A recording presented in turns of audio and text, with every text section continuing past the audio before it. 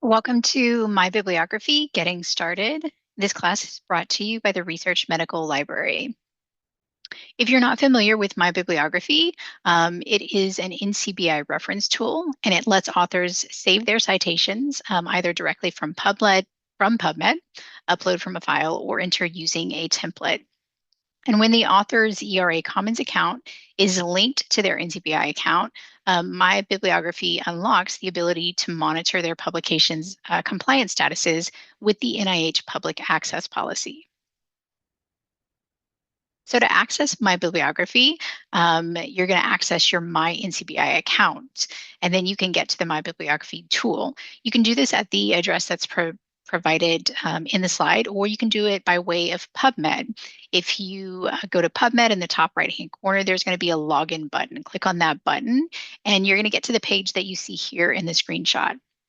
Now, if you're an author, we recommend that you select the ERA Commons option. If you have an ERA Commons account, when you choose this option, it's going to automatically link your ERA Commons account to your NCBI account, and that's going to enable those tools or those additional features that I just mentioned. If you are not an author, you're someone who's supporting an author, or you're someone who's going to become a delegate, and you don't have an ERA Commons account for yourself, then we recommend that you select more login options and then search for MD Anderson Cancer Center. It appears as the University of Texas MD Anderson Cancer Center. Select that option when you find it, and then follow the prompts to get access to the NCBI account. Once you are inside your NCBI account, your My Bibliography tool lives in the NCBI dashboard. So click on the username button that appears in the top right of the page and select a dashboard. And that's going to take you to the page that you see here in the screenshot. And this is where you're going to find the My Bibliography tool. It's going to be in a box. These are called portlets. I'm going to call them boxes. So you can see here My Bibliography. If you're an author, then you're going to click on Manage My Bibliography, which is highlighted here in yellow. That's going to take you directly to your bibliography so that you can add, delete, and do other things to your bibliography. If you're a delegate, your box is going to look a little different. You're going to see My Bibliography, but then you're going to see a header that says Delegated Bibliographies. And then beneath that, you're going to see the names of the bibliographies that you are a delegate on. So you would click on the name of the delegated bibliography that you would want to manage to make edits to. So if you are not a delegate on someone's My Bibliography, but you need to be, they are going to have to add you as a delegate. So authors can grant others access to their bibliography and also to their SciNCV, which we're not going to talk about today. We're going to talk about that in an upcoming class. But to give someone access, delegate access to your bibliography, they're going to log into their NCBI account. As I mentioned, ERA Commons is the best option. They're going to click on their username button located in the top right and then select Account Settings. Scroll down on the page, sort of towards the bottom, and there's going to be a Delegates section. And here, they're going to find an Add a Delegate link. You can see that here in the screenshot. A pop-up box is going to appear and ask them to enter the delegate's email address. They're going to do that and then click on the Save button. So that's going to generate and send an email to the delegate. Now on the delegate's end, they're going to have to confirm the delegate invitation. They also have to have an NCBI account. So you want to make sure that you're logged into that account. And again, if you don't have an ERA Commons account, then use the more login options and search for MD Anderson and use MD Anderson as your third-party login. That's going to establish the NCBI account for you. So make sure you're logged in. Next, go to the confirmation email and click on the Confirm Connection button. Right? Once you're confirmed, then a link to the bibliography for which you are a delegate will appear in your NCBI dashboard in the My Bibliography portlet. And so you see that here, the screenshot is a little different than the one before. So you see delegated bibliographies, and then you will see the bibliographies that you are a delegate on. So you would click directly on the one that you wanted to manage to get to that bibliography.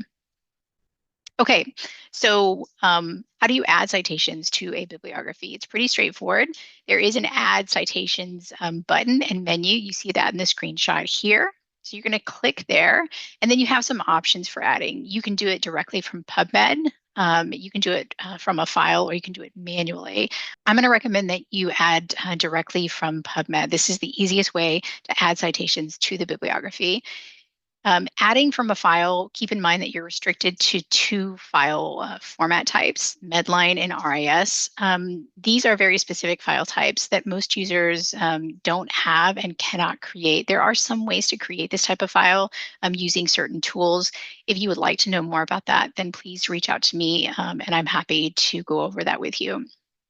If you want to add citations manually, you can do that. There is a short form, an electronic form that's going to appear. It's a template. You can choose, for example, if the citation is not in PubMed, maybe it's a meeting abstract or a conference paper or a presentation, you can add those manually. But we're going to pop into PubMed now, and I'll show you how you can add citations directly from PubMed. And here we can add citations. We're going to click on the Add Citations menu and choose from PubMed. Now, the best way to search is by author's name. So if you're going to search by author name, I'm going to use someone as an example just for the sake of demonstration. That is not me. I don't have any additional papers to add. So I'm going to use a different author, and then I will remove these citations when the demonstration is over. So you're going to add the author's last name and then their first and middle initial if you have the middle initial. Then we're going to put in a tag. So it's going to be a square bracket and the letters AU, and we're going to close that with a square bracket.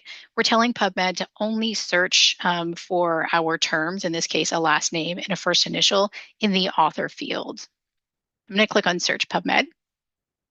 And then it's going to present me with some results that it thinks matches to my search terms. So in this case, Milbury K. Now it's going to be up to you as the author or as the delegate to determine which of these article citations belong to the author in question.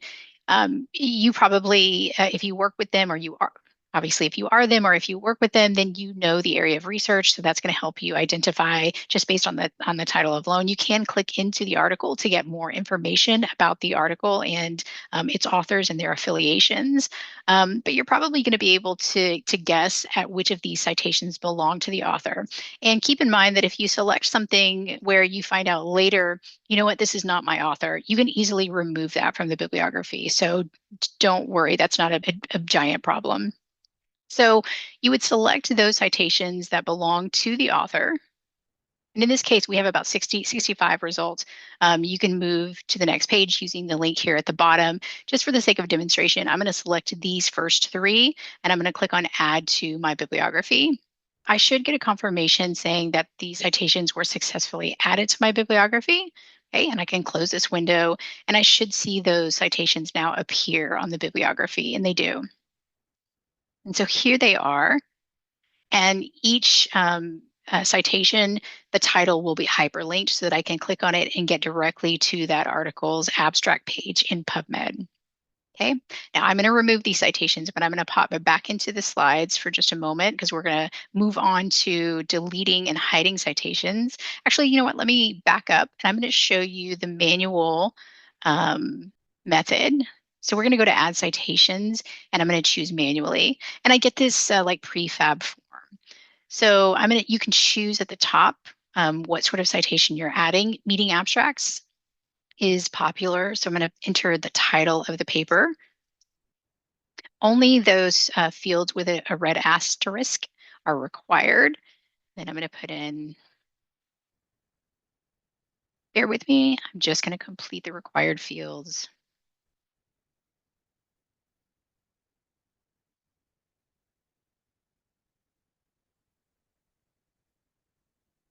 I think that's it. And I'm going to click on Add Citation. Now, obviously, you would want to try to add as much information as you can about the citation. And then that's going to appear in my bibliography. Now let's pop back into the slides. And we're going to talk about deleting citations. Again, like adding, this is pretty simple and straightforward. I have some instructions here for you to refer back to. I'm going to go back into my bibliography and show you how to do that.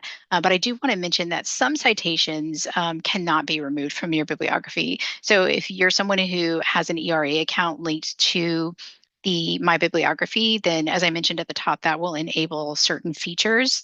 But something that you might find is you might find citations where there's a padlock. And if there's a padlock next to the citation, that means it cannot be removed by the user. You have to reach out to different help desks within the agency to get help removing those citations. And you have to have a reason for those citations to be removed. So if you see a silver padlock, you have to reach out directly to public access, and their email address is provided here. If you see a gold padlock, you have to reach out to NIMS. That's the National Institutes of Health Manuscript Submission System. And their email address is also provided here on the slide. So let's pop back into the bibliography. And we're going to delete some citations. So I'm going to delete those that I just added because I am not an author on any of these papers. I'm going to mark the citations that I want to delete. And this time I'm going to go to Manage Citations, and I'm going to choose Delete Citations. It's going to ask me to confirm. I'm going to click on OK, and then I'll click on Done. And now those citations have been removed. They've been deleted from the bibliography. I can also hide citations. So hidden citations will not be removed from the bibliography, but they will be hidden from the public view of the bibliography. And I'm going to talk about that in an upcoming slide. So you might want to hide citations. I've seen this happen before where you have a PI who has an award in a big project or have several projects operating under that award. And so there are lots of papers that will be associated with their bibliography that they are not an author on, right? But the paper was supported by their award, and they just may not want those papers because they're not an author on the paper to appear on their public view, the public view of their bibliography. So I'm going to show you how you can hide citations in your bibliography. So you're going to select the bibliography, you're going to select the citation that you want to hide. So I'm going to mark it, and then I'm going to go to Manage Citations and Set to Private. Then I'm going to confirm. Okay. And so now you can see those citations that I have set to private are going to be marked with a little tag that says private. So on the public view of my bibliography, these citations will not appear. Okay. So let's talk about the public view. You can make your bibliography public, or you can keep it private, but oftentimes the bibliography needs to be made public so that it can be shared with others or to report to NIH institutes and centers. Sometimes this is required. So there is a link, there's a piece of text, and then there's a link. Let me go back into my bibliography here. So my bibliography is currently public. Let me make it private so I can show you how this works both ways. So you'll see if your bibliography is private, but you need to make it public, near the top, you're going to see your bibliography is currently private. If you want to share with a URL, make your bibliography public. And you see this tiny text is italicized. So you have to click there and then confirm to make the bibliography public. Now what you're going to see appear at the top of the page is a URL. So this is the URL that you can share or plug into places where a link to your bibliography is required. If you want to make it private again, then you would click on the tiny italicized text that says make bibliography private. Okay. And then you can click on that link to actually see what the public view of your bibliography looks like. Okay, so let's talk now a little bit about compliance. As I mentioned at the top, if you link an ERA account with the NCBI account, then that will enable certain compliance features. And so what you see here in a screenshot is actually not my own. This is from the National Library of Medicine, a screenshot that shows what an ERA linked account looks like. So first, you're going to see that there's a little icon and a piece of text here that says ERA linked account. So that's going to indicate that the ERA account and the NCBI account are linked. And then at the top, you're going to have what's called a citation compliance status bar. And this is just meant to give you quick feedback on the compliance of all of the publications in the bibliography.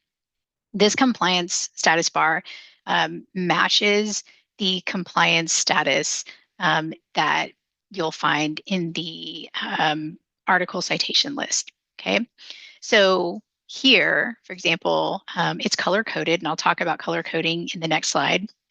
There are 20 article citations that are not applicable. They're not subject to the NIH public access policy. There are 28 that are not defined. There are 2 that are non-compliant. There are 4 that are in process, and there are 190 that are compliant, right? So let's talk about what that color coding means. So anything in green is compliant, and these article citations have complied with the public access policy, and they've been assigned a PMC ID, which is the only acceptable proof or evidence of compliance with the policy. Those things that are color-coded red are either non-compliant or not defined. Non-compliant article citations have awards that have been associated to them, but the article manuscripts have not been submitted to the NIMS system. And so these citations have not been assigned a PMC ID. Not defined article citations do not have any awards associated to them, but in this case, PubMed is just not sure whether the article was supported by NIH funding, and it needs you to, or it needs the author to define that for them so that they can update the compliance status. Those things that are color-coded in blue are in process. These publications have been newly submitted to NIMS and are considered in process. They do not display or have a PMC ID. Those have not yet been assigned, but they will display a NIMS ID, which can be used temporarily as proof of compliance if you are working on a report. Now, sometimes papers will get stalled here in blue in process. That's because there are some steps that have to take place in the NIMS system. Namely, the designated reviewer has to log into the NIMS system and provide approvals at different stages. And if that's not done, then the paper will just stall in the NIMS system and it will remain in process. And as long as it's in process, it's still technically not compliant. So the reviewer needs to log into the NIMS system and provide those approvals to move the process forward. And then those things that are color-coded gray, these publications are not subject to the policy because they were accepted for publication prior to April 7th, 2008. You can, to some degree, edit the publication status. Only the status of non-compliant and not defined article citations can be updated from My Bibliography. So to do that, you would click on Edit Status, either to define funding or to initiate the compliance process. Let me back up and I'll show you in a previous screenshot. You can see next to the article citation, in this case, this one color-coded red is not defined. If I wanted to define that status, I would click on Edit Status, okay? And then for those publications that are non-compliant, I'm actually going to refer you to the NCBI help manual, the My Bibliography section for detailed instructions. You see kind of a snippet of that in the screenshot here, and that's because it gets a little step heavy depending on the specific situation. But they provide detailed instructions and screenshots, which are very helpful. I will also warn you that if you're going to go ahead and initiate the compliance process, you do have to have your materials on hand. So you would need to have the author's final manuscript ready to submit to the NIMS system. Here are some great resources: My NCBI, the help manual, the My Bibliography section from the National Library of Medicine. I shared that with you in the chat, but here is a link to that resource. And there is also a short video on My Bibliography, also from the National Library of Medicine. And there's a link here to that YouTube video. So thanks so much for joining me. That's all I have for you guys today. I hope to see you in an upcoming class, and I hope you have a great day.